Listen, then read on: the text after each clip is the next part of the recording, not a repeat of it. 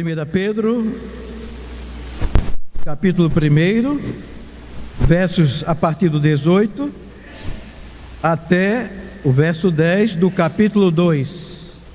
Diz a palavra de Deus: sabendo que não foi com coisas corruptíveis, como prata ou ouro, que fostes resgatados da vossa vã maneira de viver, que, por tradição, recebestes dos vossos pais, mas com o precioso sangue de Cristo, como de um cordeiro imaculado e incontaminado, o qual, na verdade, em outro tempo, foi conhecido, ainda antes da fundação do mundo, mas manifestado nestes últimos tempos por amor de vós.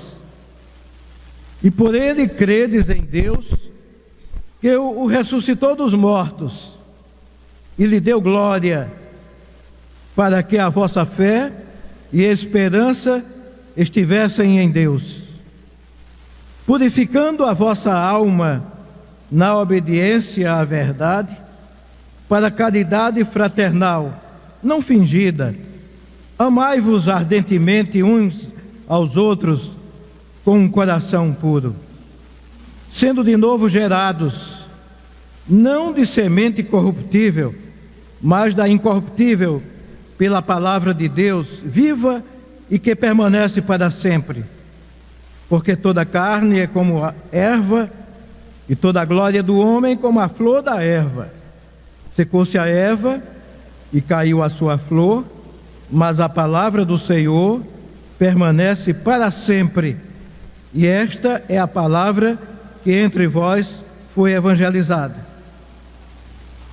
O capítulo 2 até o 10, lemos: deixando, pois, toda malícia e todo engano e fingimentos e invejas e todas as murmurações, desejai afetuosamente como meninos novamente nascidos o leite racional, não falsificado, para que por ele vades crescendo, se é que já provastes que o Senhor é benigno.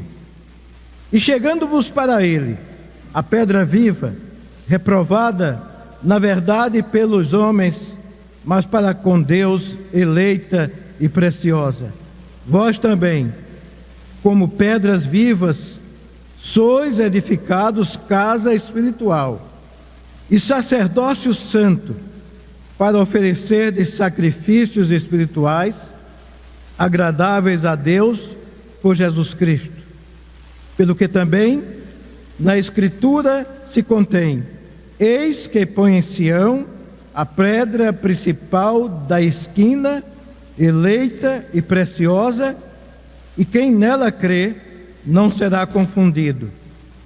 E assim para vós, os que credes, é preciosa, mas para os rebeldes, a pedra que os edificadores reprovaram, essa foi a principal da esquina,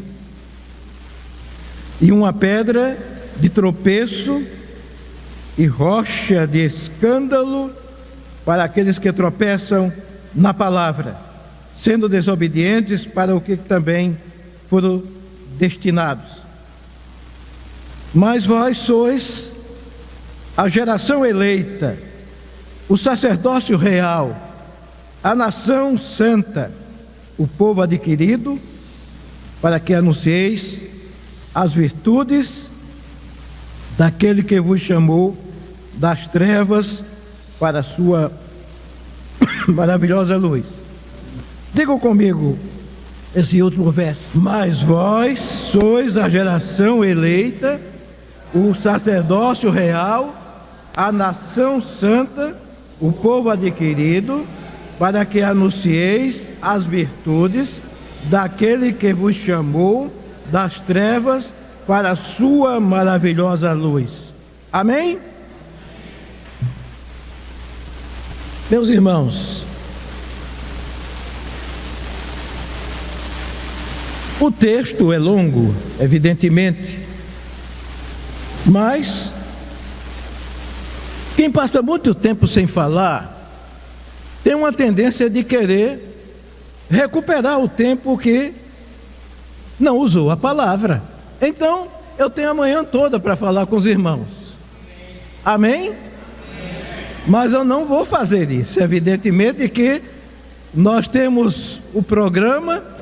Conversávamos com o diácono Edinaldo e ele disse: olha, a mensagem está no meio, não tem problema, vamos falar o tempo suficiente para que estejamos no horário que acreditamos seja o normal para a nossa escola bíblica dominical.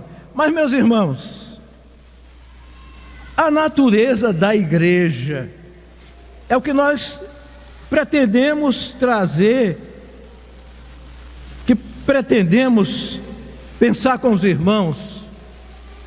Eu tenho um livro já há algum tempo do pastor Augusto Nicodemos, em que o título é, se não estou equivocado, Para Onde Estão Levando a Igreja?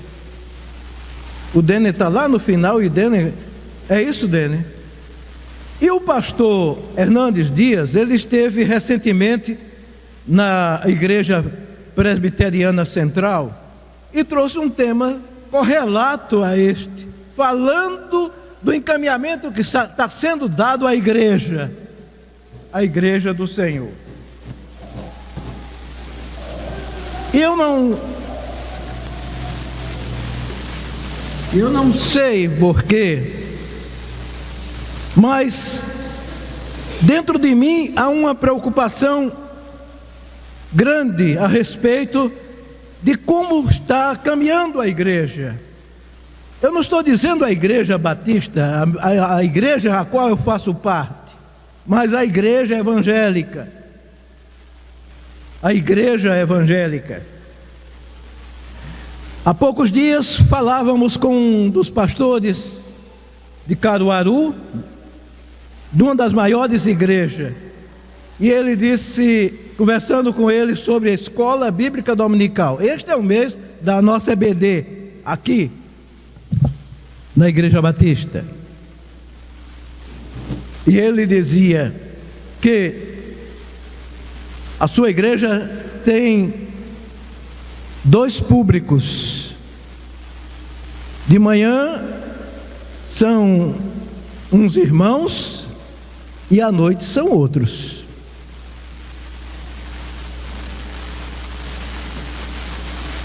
Tem uma igreja de um pastor que nós o amamos muito pela atenção que ele nos dá e pela pessoa que ele é. Ele, à frente da igreja, convidando as pessoas para ir à sua igreja para estudar a Bíblia no domingo pela manhã. Eu fico preocupado, o irmão diácono Edinaldo, se é necessário hoje a gente fazer uma campanha para que os crentes venham para a igreja, especialmente para estudar a palavra de Deus. Isso nos preocupa. Isto porque, irmãos, em meio ao mundo em que nós estamos vivendo de indiferença quanto à palavra de Deus, a entidade de suprema importância que existe neste mundo é a Igreja de Jesus Cristo. Nada supera a igreja. Ela é a igreja do Deus vivo, coluna e esteio da verdade.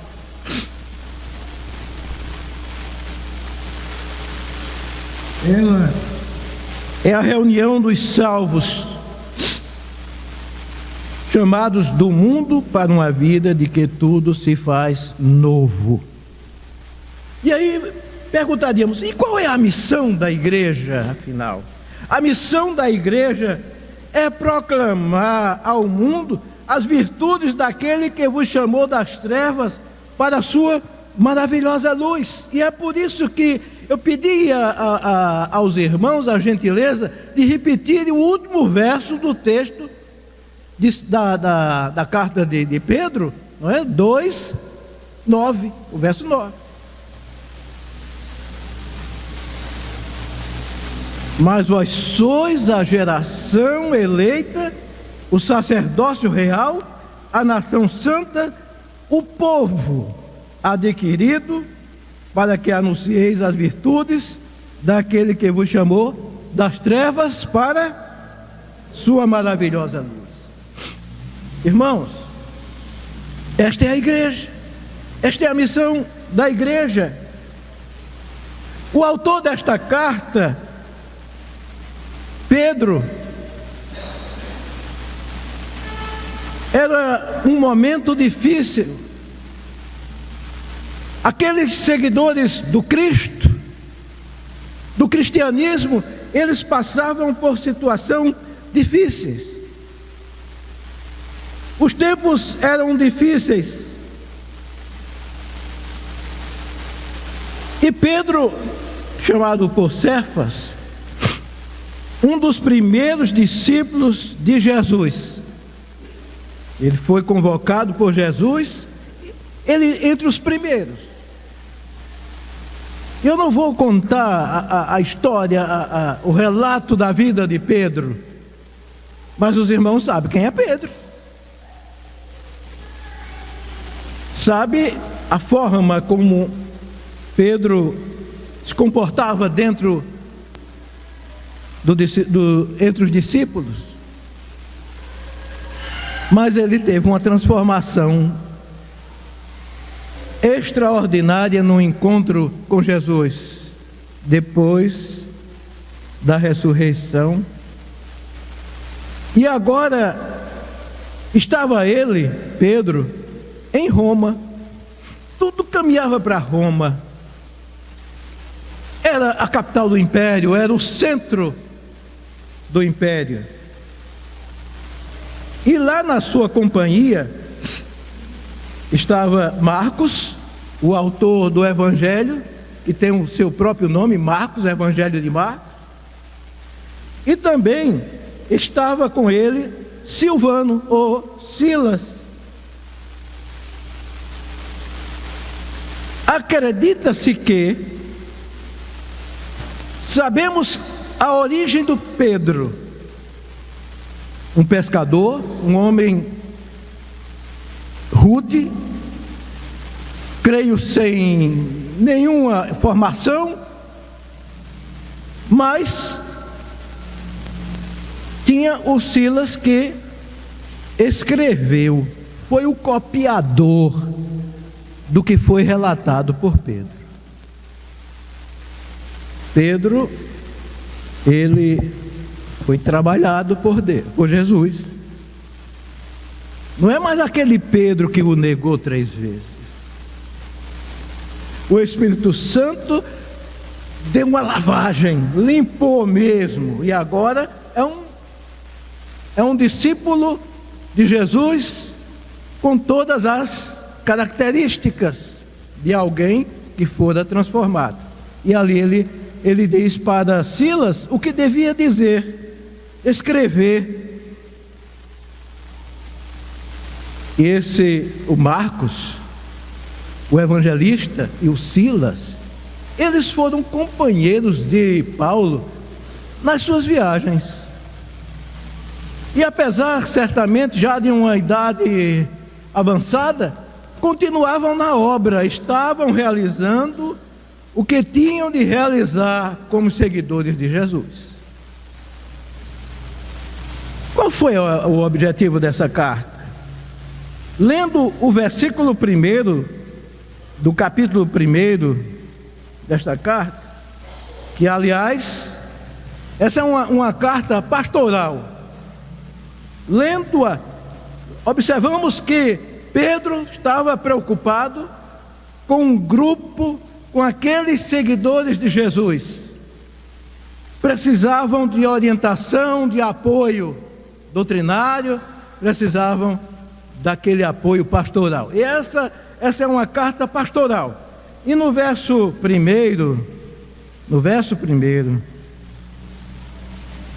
Pedro, apóstolo de Jesus Cristo, aos estrangeiros dispersos no Ponto, Galácia, Capadócia, Ásia e Bitínia. Então, o que é que nós vemos? É que Pedro estava endereçando a sua palavra, a sua carta, àqueles estrangeiros, os dispersos. E quem eram esses estrangeiros? Quem eram esses dispersos? Há uma tradução que, ao invés de estrangeiros, peregrinos.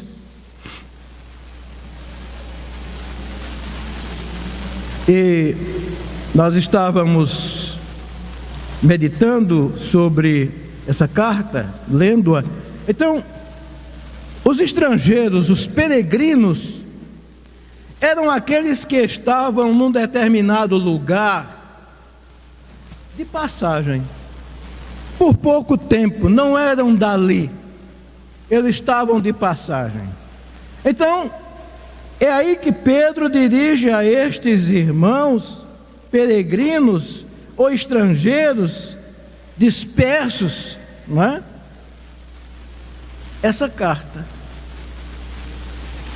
E quero dizer mais, é que esses peregrinos, eles eram judeus cristãos. E havia naquele grupo gentios convertidos ao cristianismo. E aí, a razão de Pedro, um pastor preocupado com as suas ovelhas, ainda que as não fosse, mas era do rebanho do Senhor a quem ele servia, e ele estava preocupado com isso. Qual a finalidade desta palavra pastoral de Pedro? É de encorajá-los a viverem uma vida de santidade e reverência para com Deus em meio às provações e perseguições das mãos da população pagã, e depois foi oficializada pelo imperador. E ainda há comentários de que o cristianismo era considerado uma seita ilegal, uma seita ilegal. E entre o comportamento daqueles cristãos, daqueles novos crentes, que preocupava a população não cristã, era de que eles se amavam.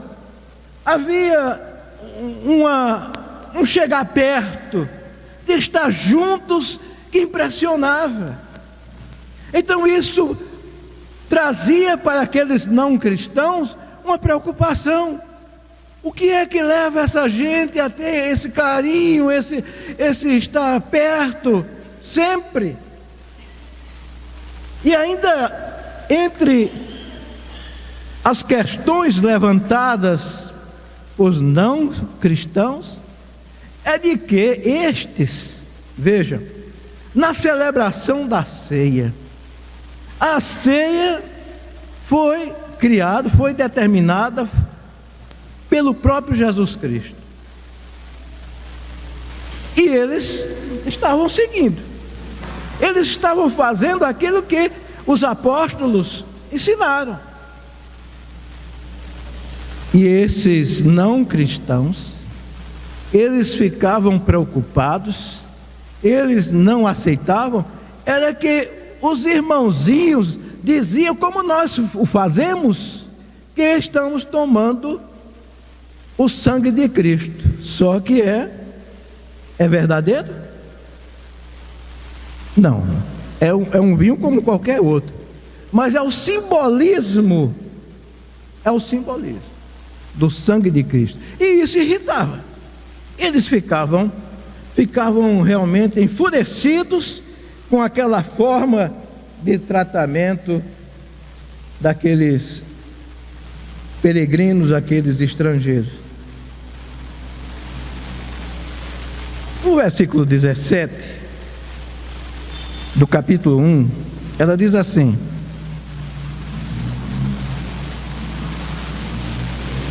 e se invocais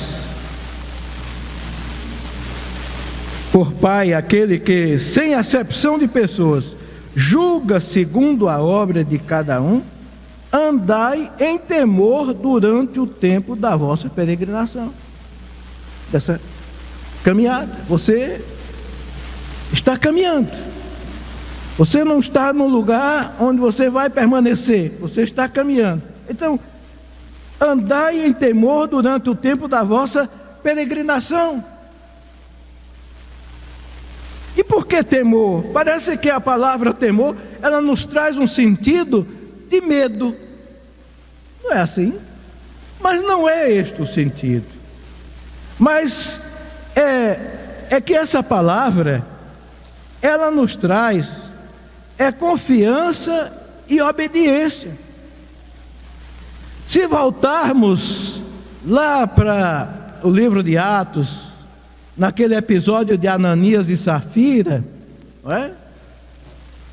O pecado os levara à morte, e de uma forma assim evidente, que todos viram, todos tomaram conhecimento do porquê, e a palavra diz que eles ficaram cheios de temor.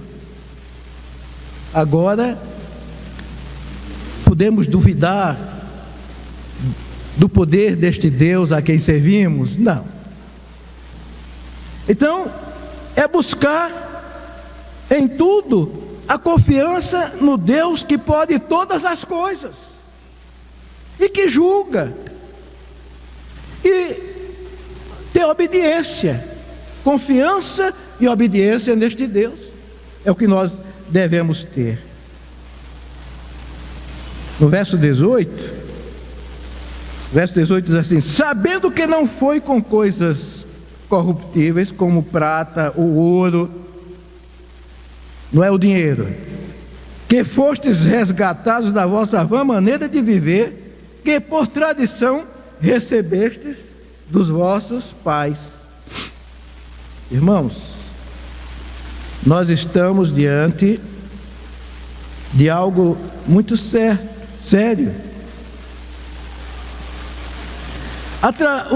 O verbo traduzido aqui como resgatar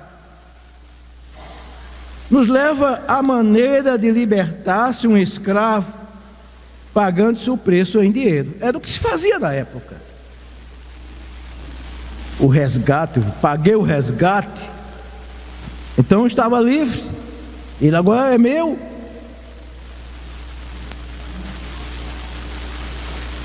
Quanto a nós, o preço do resgate, nós éramos escravos, irmãos, nós éramos escravos, como tem tanta gente ainda que vive na escravidão do pecado, distantes de Deus, e nós fomos resgatados pelo precioso sangue de Cristo, como de um cordeiro imaculado e sem contaminação.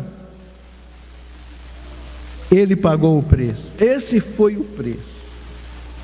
Não foi nem ouro nem prata, mas foi o próprio sangue de Jesus Cristo. E não é por isso que nós pertencemos a Ele. Veja que moeda, veja que troca. Tirá-lo da escravidão do pecado através do seu próprio sangue. Mas ele estava designado para a salvação dos pecadores desde antes da fundação do mundo. E ele foi fiel.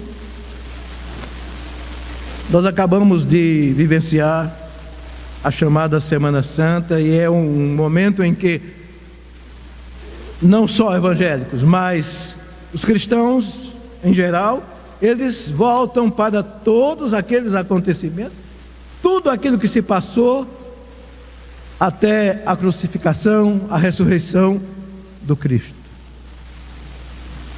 Vejam que nós temos em tudo o quanto Jesus foi obediente. quantas propostas para desistir da sua missão, mas ele foi fiel. Ele sabia o que queria, não importava o sofrimento, o preço que haveria de pagar.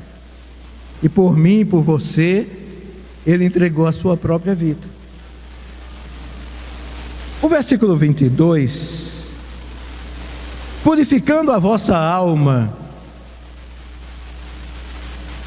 na obediência à verdade, para caridade fraternal. Eu creio que a maioria das traduções está amor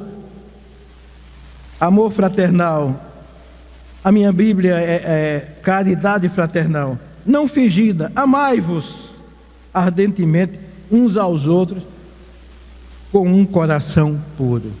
E era isso que intrigava os não cristãos do tempo de Pedro. Eles se amam, eles estão juntos, eles fazem as coisas juntos. E a isso, na verdade, trazia uma complicação na cabeça deles. Por quê? Com um coração puro. Meus amados, Pedro apela à igreja que viva o amor fraternal de um coração, na realidade, puro, sincero. Os versos 23 e 24: sendo de novo gerados, não de semente corruptível, mas da incorruptível, pela palavra de Deus, viva e que permanece para sempre. Porque toda a carne é como erva, e toda a glória do homem como a flor da erva. Secou-se a erva e caiu a flor, mas a palavra do Senhor permanece para sempre. E esta é a palavra que entre vós foi evangelizada. Esta é a semente, sendo de novo gerados.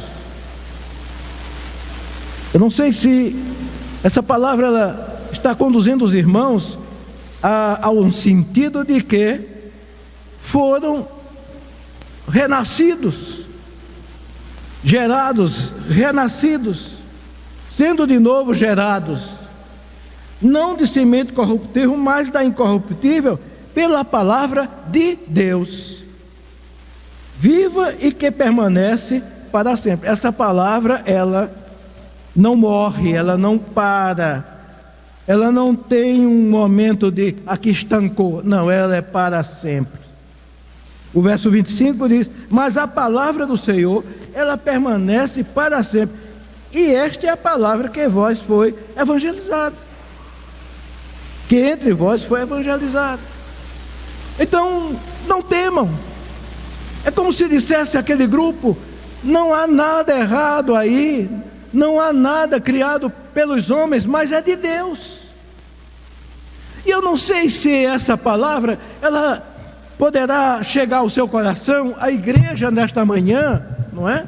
No sentido de que a palavra de Deus é confiável. A palavra de Deus, ela é confiável. Passando para o capítulo 2, não vamos mexer em todo o texto que foi lido, mas estamos pensando. A vida de santidade em 1 Pedro 2, 1 a 3, diz assim: deixando, pois, eu estou lendo o capítulo 2, verso 1, deixando, pois, toda malícia e todo engano e fingimentos, invejas e todas as murmurações, desejai afetuosamente, como meninos novamente nascidos, o leite racional, não falsificado, para que por ele vades crescendo. E o verso 3 diz assim: se é que já provastes que o Senhor é benigno. Se é que já provastes. E quando nós falamos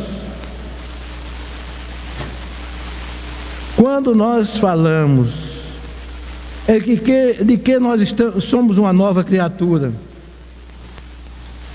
que não podemos admitir as coisas do mundo, o que nós vemos no dia a dia, não é?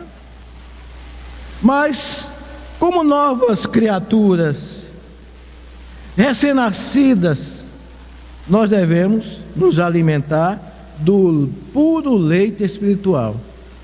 Irmãos, não é o leite da vaca, não é o leite ninho, não é o leite não sei qual, mas é o leite espiritual. E qual é o leite espiritual? É a palavra. Então, seja um novo crente, é um recém-nascido, ele precisa ser alimentado pelo leite espiritual, que é a palavra. E nós também precisamos renovar, sempre estarmos com este leite espiritual. Claro que o tempo nos leva a enxergar mais, adentrarmos mais a palavra, não é? Mas, meus amados, quando a criança se alimenta bem, não é? Ela vai crescendo, não é? Ela vai se desenvolvendo, é algo natural, não é? No crescimento de uma criança. Quando vemos o crente, o novo crente, essa nova criatura, ela desenvolvendo, ela está querendo, então é que o leite espiritual é o seu cardápio. Quando vemos um crente um novo crente na igreja, ele é um frequentador da igreja, vem de manhã, não vem à noite, não é? Escola, nada, para que isso aí, não é? Bíblia, para que se eu tenho no celular? Então, o crescimento dele está de preocupar. Eu tinha em frente a uma casa que alugamos, logo quando casamos, tínhamos uma árvore, a casa recebia o sol à tarde. Imagina uma frente de uma casa voltada para o poente, a tarde toda, é friazinha que faz gosto, não é? Não é assim? Ou não? Eu não sei se entender. Mas o sol dá naquela frente da casa o dia todo, a tarde toda. Então ela esquenta, que é uma beleza, não é? Então a gente procurava ver se a planta, ela crescia, não é? E na expectativa de que ela desse uma cobertura lá na frente. Mas depois de tanto zelo, de tanto jeito, de tanta água, de tanto podar e etc., tivemos de cortá-la, porque havia uma pedra muito grande embaixo que não deixava que ela se expandisse, não é? Então, tem muitos que ficam na mesmice, frequentadores, não tem uma vida cristã, não tem uma vida que dignifica o nome de Deus, e perde-se de uma forma muito séria no caminhar da sua vida chamada cristã. Eu vou concluir. Eu estou caminhando para o final. E eu gostaria de concluir, irmãos, é de que o texto ele ainda nos sugere a respeito de uma pedra a qual fora rejeitada pelos construtores. Ela foi reprovada pelos homens, mas para com Deus eleita e preciosa. E essa pedra é Jesus. E o texto ainda diz assim: vós também, como pedras vivas. Veja que responsabilidade. Vós como pedras vivas, sois edificados casa espiritual e sacerdócio santo, para oferecer de sacrifícios espirituais agradáveis a Deus por Jesus Cristo.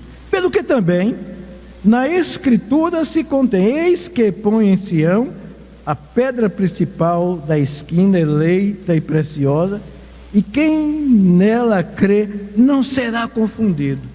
E essa pedra é Jesus. Quem crê nesta pedra não será nunca confundido.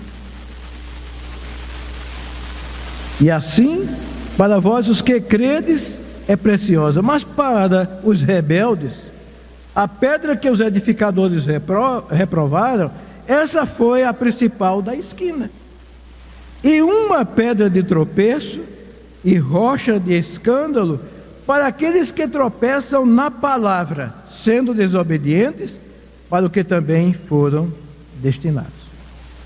E concluindo: mas vós sois a geração eleita, o sacerdócio real, a nação santa, o povo adquirido, para que anuncieis as virtudes daquele que vos chamou das trevas para a sua maravilhosa luz. Os irmãos já meditaram, já pensaram? Nós somos uma geração eleita, escolhida por Deus, para que anunciemos as virtudes daquele que vos chamou das trevas para a sua maravilhosa luz. Quem é esse que nos chamou? Jesus. Jesus. E se você crê nisso, diga amém. Amém. Que amém tão fraco. Jesus perdoa. Amém, irmãos? E que Deus nos abençoe e nos ajude a refletir sobre essas palavras, na expectativa de que a igreja do Senhor, ela precisa despertar para realmente desempenhar a tarefa para a qual fora convocada. Amém?